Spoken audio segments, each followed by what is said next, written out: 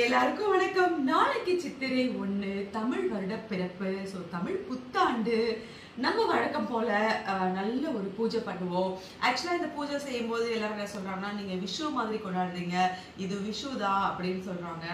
நான் என்ன சொல்வேன்னா, நல்ல விஷயங்கள் எங்க இருந்தாலும் அதை எடுத்துக்கிறதுலையும் ஃபாலோ பண்றதுலையும் எந்த விதமான தப்புமே இல்லை. நான் நிறைய வருஷங்களா இப்படிதான் இந்த பண்டிகையை செலிப்ரேட் பண்ணிட்டு இருக்கேன். ஸோ அதுக்கான ஏற்பாடுகள், ஏன்னா நானும் மோகியும் இப்பதாங்க கோயம்புத்தூர் வரைக்கும் ஒரு முக்கியமான வேலையா போயிட்டு வந்திருக்கோம். ஸோ அந்த விஷயமும் உங்களுக்கு ஒரு வீடியோவா வரும். அதனால வந்து இறங்கி ஏர்போர்ட்ல இருந்து அப்படியே பறந்துதான் போறோம். லைக் பறந்துதான் ஃபிளைட்ல பறந்து இல்லை, போற வழியில ஒரே பரபரப்பா தான் இருந்தது. அதே மாதிரி அவசரமா வந்தோம். இப்ப மணி வந்து ஆல்மோஸ்ட் ஒரு 11 மணி ஆயிடுச்சு. இப்ப நான் இந்த இடத்த அலங்காரம் பண்ண போறேன். முதல்ல அந்த இடம் எப்படி இருக்குன்னு ஒரு தடவை பார்த்துக்கோங்க.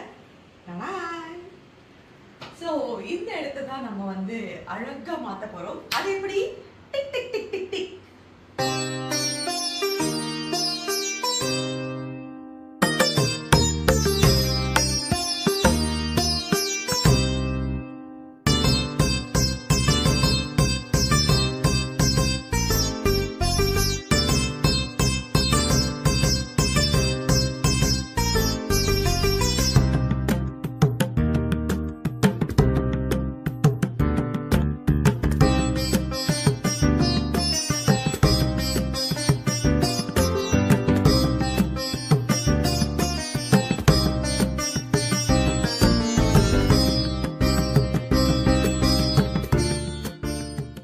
முதல் சுவாமி படம் வச்சாச்சு.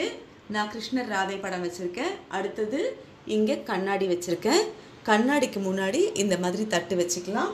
நம்ம வந்து செம்பு, பித்தளை இல்லைன்னா இந்த மாதிரி வெள்ளி தட்டு இருந்தால் வச்சுக்கலாம். பட் ஸ்டீலில் மட்டும் வைக்கக்கூடாதுன்னு சொல்லுவாங்க. ஃபஸ்ட்டு நான் வாழைப்பழம் வைக்கிறேன். அடுத்தது மாம்பழம், பலாப்பழம் வச்சுருக்கேன். ஸோ மா, பலா, வாழை இந்த முக்கணிகள் கண்டிப்பாக வைக்கணும். இது தவிர நான் வந்து ஆப்பிள், மாதுளம், ஆரஞ்சு, கொய்யாப்பழம், பச்சை திராட்சை அண்ட் கருப்பு திராட்சையும் வச்சுருக்கேன். ஒரு ட்ராகன் ஃப்ரூட் கூட வைக்கிறேங்க. நம்ம என்ன பழம் வேணாலும் வைக்கலாம். ஸோ நான் ஒரு ட்ராகன் ஃப்ரூட்டை வச்சுருக்கேன். அண்ட் முக்கியமாக இந்த லெமன் கூட வைக்கணும். இதையும் நான் வச்சுருக்கேன். ஸோ இந்த பழங்கள் எல்லாம் இப்போ நம்ம வந்து இதில் வச்சாச்சு. எல்லாமே வச்சாச்சு. இந்த பழங்கள் தான் ரொம்ப ரொம்ப முக்கியம். இது இப்படியே இருக்கட்டும். நம்ம இப்போ போய் தூங்கிட்டு காலையில் என்ன பண்ணோம்னா, ப்ரஷ் பண்ணிக்கணும், ஃபேஸ் வாஷ் பண்ணணும், இந்த மாதிரி எதுவுமே கிடையாது. தூங்கி முழிச்ச உடனே கண்ணு திறக்காம வந்து இங்க நின்று இந்த கண்ணாடி வழியா இந்த பழங்களை பார்க்கணும். இதுதான் நம்ம வந்து இந்த புத்தாண்டை வெல்கம் பண்ற விதம். ஸோ நம்ம என்ன பண்ணலாம்னா, இப்போ போய் தூங்கலாம்.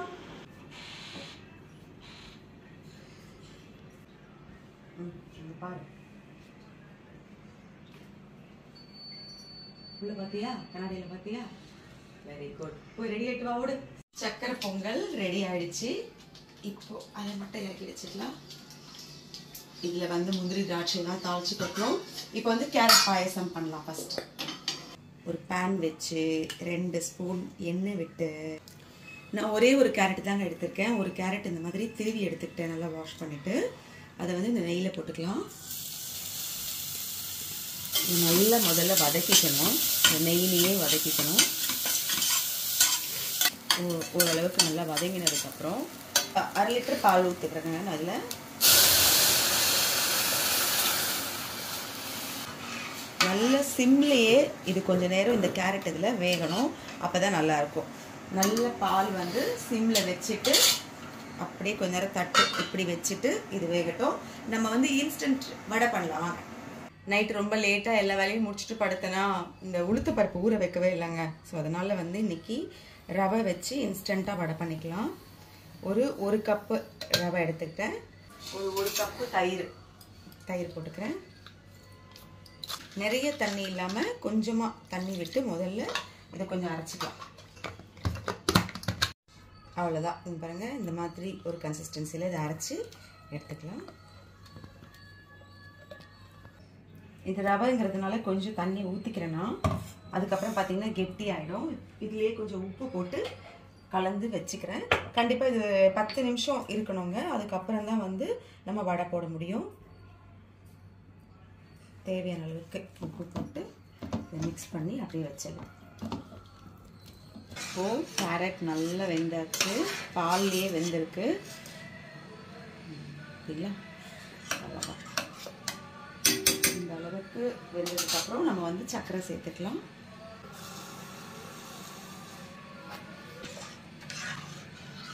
ஜவ்வரிசி வேக வச்சுருக்கேன், தனியாக தான் வேக வச்சுருக்கேன். இப்போ வந்து நம்ம இப்படியே இதை போட வேண்டாம், ரொம்ப குழன்னு இருக்கும். ஸோ என்ன பண்ணலான்னா இந்த தண்ணியெல்லாம் எடுத்துட்டு அதுக்கப்புறமா போடலாம். இந்த மாதிரி தண்ணியெல்லாம் எடுத்தோம்னா ஓரளவுக்கு நல்லாவே அந்த பிசுபிசுப்பு போயிடும். இப்போ இதை இதில் சேர்த்துக்கலாம்.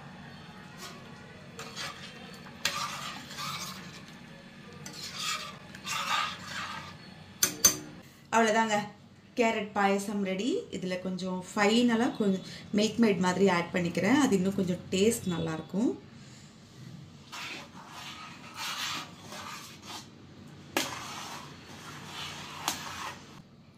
முந்திரி, திராட்சை, கொஞ்சமாக திராட்சை போட்டுக்கலாம். பாயாசம்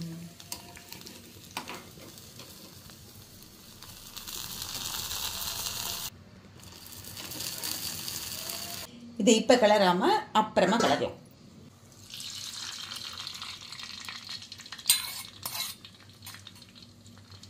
அவ்வளோதான், பொங்கல் தாளிச்சு கொட்டியாச்சு. சக்கரை பொங்கல் ரெடி, பாயாசம் ரெடி.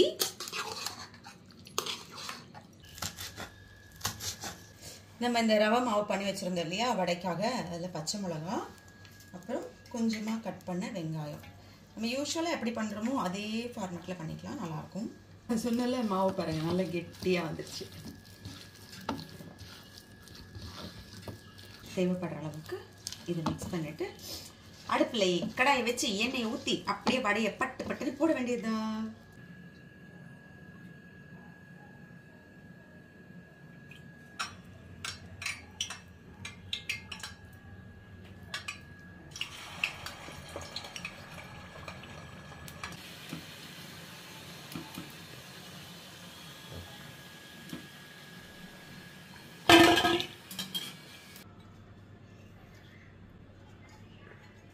இந்த விளக்கு பார்த்தீங்களா, நல்லா இருக்கா?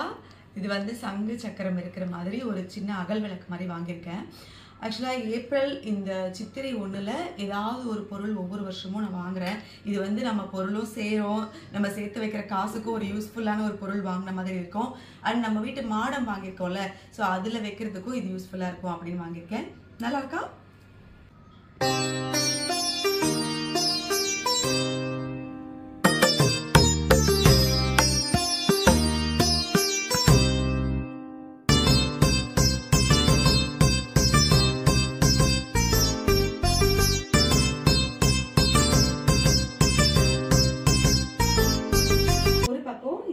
வச்சு இதை சுற்றி அரிசி, பருப்பு, உப்பு,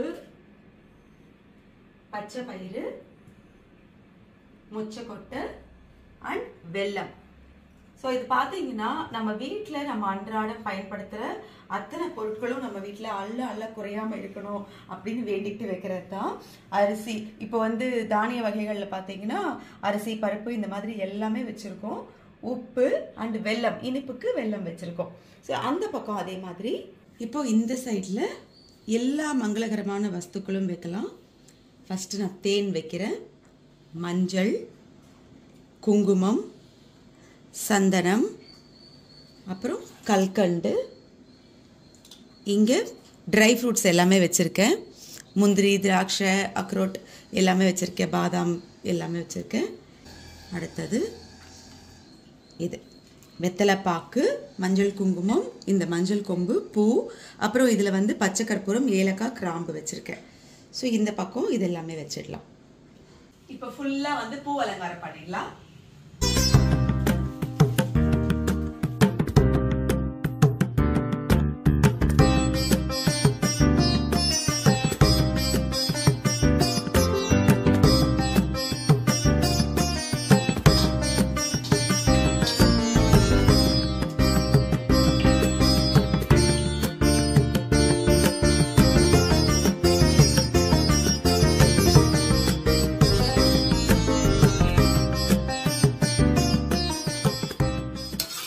கொஞ்சமாக மாங்காய் பச்சடியும் பண்ணிக்கலாம்.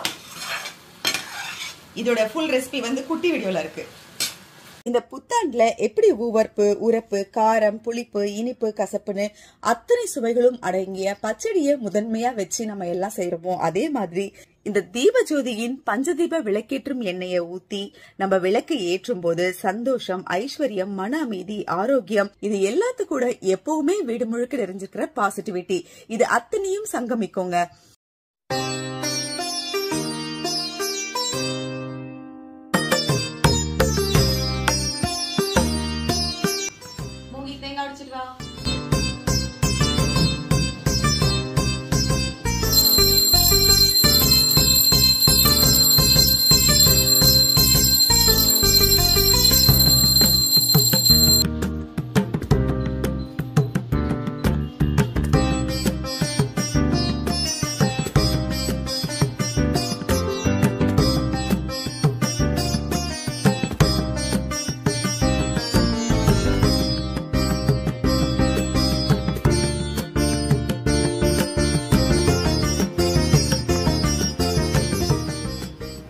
இங்கே என்னெல்லாம் வச்சுருக்கோம் அப்படின்னா, இங்கே ஒரு தட்டில் சும்மா கொஞ்சம் காசு வந்து அப்படியே வச்சுருக்கோம். நம்மக்கிட்ட இருக்கிற என்ன ஜுவல் இருக்கோ அதையும் வச்சுக்கலாம். அதெல்லாம் வச்சு பூ வச்சு அங்கே பூஜை பண்ணியிருக்கோம். அடுத்தது இங்கே பார்த்தீங்கன்னா ஒரு தட்டில் வெத்தலை பாக்கு, மஞ்சள், ஏலக்காய், கிராம்பு, பச்சை கற்பூரம் வச்சு மங்களகரமான அத்தனை வஸ்துக்களும் இந்த பக்கம் வச்சுருக்கோம். அந்த பக்கம் தானியங்கள், இனிப்பு வகை எல்லாமே அங்கே வச்சுருக்கோம். நடுவில் பழத்தட்டு நம்ம நேற்று நைட்டே வச்சாச்சு. இங்கே பார்த்தீங்கன்னா கேரட் பாயசம், சக்கரை பொங்கல், ரவா வடை அண்ட் மாங்காய் பச்சடி. அவ்வளோதாங்க. நல்லபடியா நிறைவா சந்தோஷமா பூஜை எல்லாம் நடந்ததுங்க. காலில் சக்கரை மட்டும்தான் இல்லை, என்னால் முடிஞ்ச அளவுக்கு ஓடி இருக்கேன். ஸோ என்னால் என்னெல்லாம் செய்ய முடிஞ்சதோ அதை எல்லாமே செஞ்சு வச்சிருக்கேன்.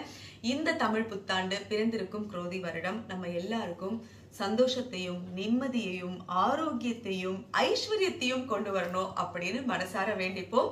அனைவருக்கும் இனிய தமிழ் புத்தாண்டு நல்வாழ்த்துக்கள். சந்தோஷமா இருங்க, ஹாப்பியா இருங்க, ஹெல்தியா இருங்க. மீண்டும் இதே மாதிரி ஒரு நல்ல பாசிட்டிவான பிளாக்ல உங்க எல்லாரையும் சந்திக்கிறோம். அது வரைக்கும் லக்ஷ்யா ஜங்ஷன் பாருங்க, லைக் பண்ணுங்க, ஷேர் பண்ணுங்க, கமெண்ட் பண்ணுங்க, சப்ஸ்கிரைப் பண்ணுங்க. அப்புறம் நிறைய சந்தோஷமா இருங்க.